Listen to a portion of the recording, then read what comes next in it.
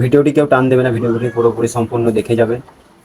ভিডিওটি বিশেষ করে বিবাহিত নারীদের জন্য। আমার এই ভিডিওটা বিশেষ করে বিবাহিত নারীদের জন্য। বোন, ছোট মানুষ হিসেবে তারপরও কিছু বড় বড় কথা বলি, বাস্তব মিলাই একদিন দেখে নিও। সত্য বলেছিলাম না মিথ্যা বলেছিলাম?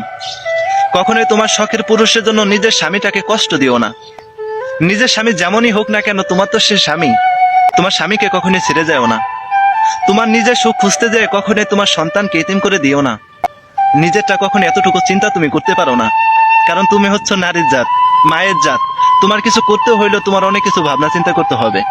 তোমার মনে অনেক কিছু চাইলেও তুমি সেটা মনের মতো করে পাইতে পারবা না, কারণ আল্লাহ তাআলা তোমাদেরকে সম্মান দিয়ে পাঠাইছেন, নারী হিসেবে পাঠাইছেন। পৃথিবীতে যত মানুষ আসছে সব কিন্তু নারীর গর্ভ থেকে আসতে হয়েছে। তাই তোমরা চাইলেও কিন্তু কখনো মুখ ফুটে সেটা বলতে পারো না।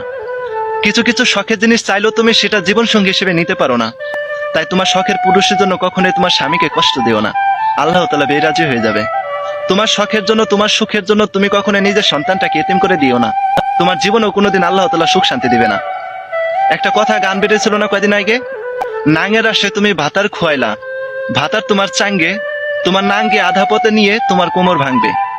আসলে পর পুরুষ অথবা তোমার স্বামীর পরে যে পুরুষটা তোমার জীবনে আসবে, মাঝপথে তোমার জীবনটাই ভেঙে দিবে।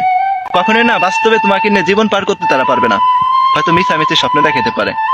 তাই নিজের লাইফটা কখনো নষ্ট করো না, একটা সুখের সংসার কখনো নষ্ট করো না।